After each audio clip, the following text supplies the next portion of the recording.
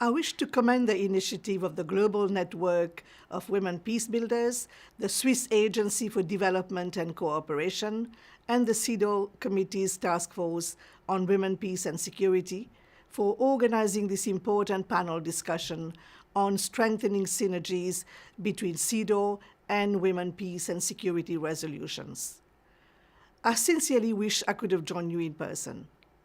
Strengthening the linkages between CEDAW and Security Council resolutions on women, peace and security has been a priority for me for many years. As a CEDAW member, I chaired the working group on General Recommendation number 30 on women in conflict prevention, conflict and post-conflict context, and subsequently the task force which was set up to oversee its implementation. GR30 was indeed groundbreaking in that it unpacked the convergence between CEDAW and the WPS agenda and positioned CEDAW as a critical accountability tool for the WPS agenda. The reasoning being that since all the areas of concern addressed in the WPS resolutions find expression in the substantive provisions of the Convention, their implementation must be premised on a model of substantive equality and cover all the rights enshrined in the Convention.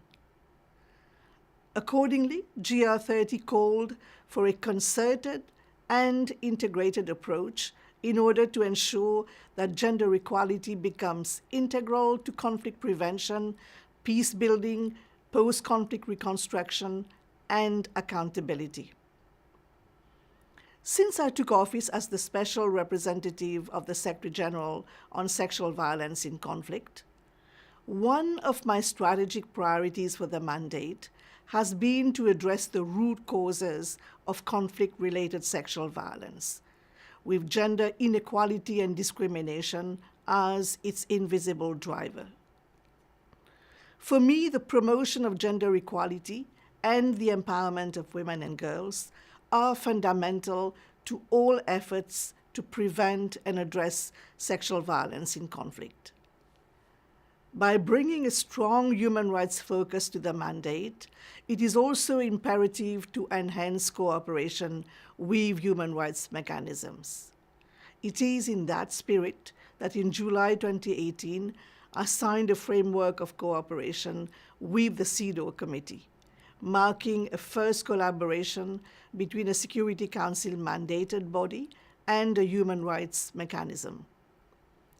This framework is a critical tool to guide the joint efforts of my office and the CEDAW Committee to protect women and girls from the gendered scourge of conflict and advance their rights by combating conflict-related sexual violence.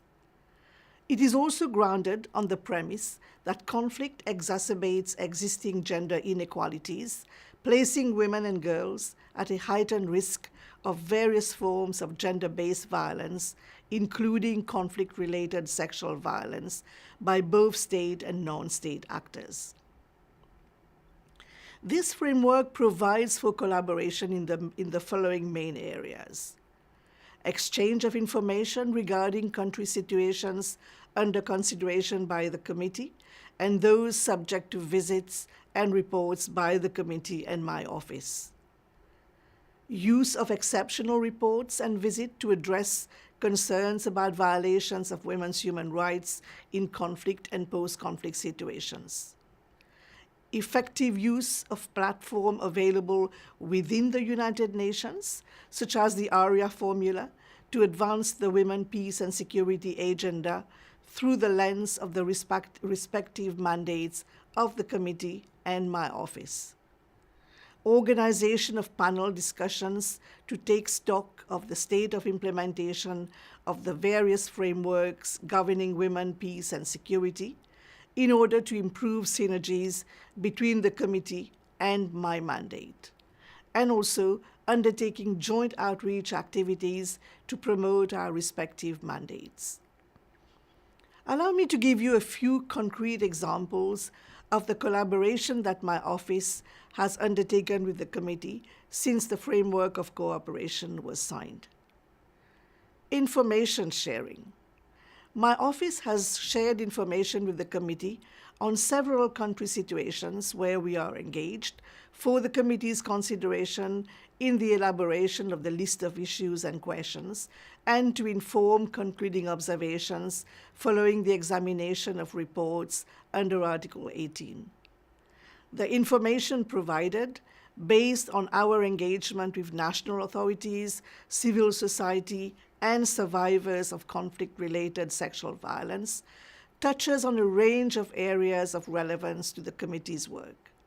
These include, for example, the development and implementation of action plans on conflict-related sexual violence following the signature of joint communique or frameworks of cooperation between member states and my office on behalf of the UN system.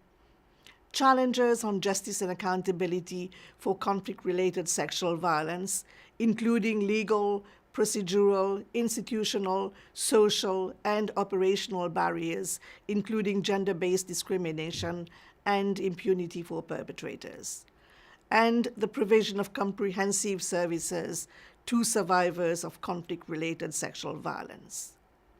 The most recent example of this collaboration is in the context of the examination by the committee of the situation of women and girls in northern Rakhine State under the exceptional reporting procedure. The government's report was submitted to the committee while I was in Myanmar to discuss the implementation of a joint communique on the prevention and response to conflict-related sexual violence. This allowed me to have discussions with national counterparts on the exceptional report, which were very useful in informing my main findings and recommendations. This example highlights how information sharing can lead to sustained and coordinated advocacy to advance our respective mandates. General recommendations. My office also provided a public submission to the committee's general discussion on trafficking in women and girls in the context of global migration, which was held on 22nd of February in Geneva. The submission refers to the latest developments in the Security Council to bring closer together the trafficking and the WPS agendas.